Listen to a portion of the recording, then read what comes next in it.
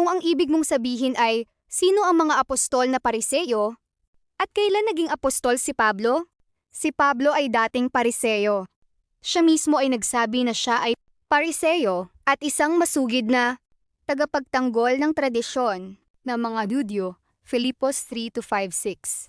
Galacia 1:13-14. Hindi siya kabilang sa 12 apostol na tinawag ni Jesus noong panahon ng kanyang ministeryo. Matapos ang pagkabuhay muli ni Jesus, nagkaroon si Pablo ng karanasan sa daan patungong Damascus, kung saan nagpakita sa kanya si Jesus. Pagkatapos nito, naging tagapangaral siya ng ebanghelyo at tinawag na apostol sa mga Gentil. Gawa siyam. Galacia 1:15-16. Ang salitang apostol ay nangangahulugang isinugo. Kaya, si Pablo ay tinatawag na apostol kahit hindi siya kabilang sa orihinal na 12. Kung ang ibig mong sabihin sa dating Pariseo ay dating Pariseo ba si Pablo? Oo. Malinaw na oo ayon sa Biblia.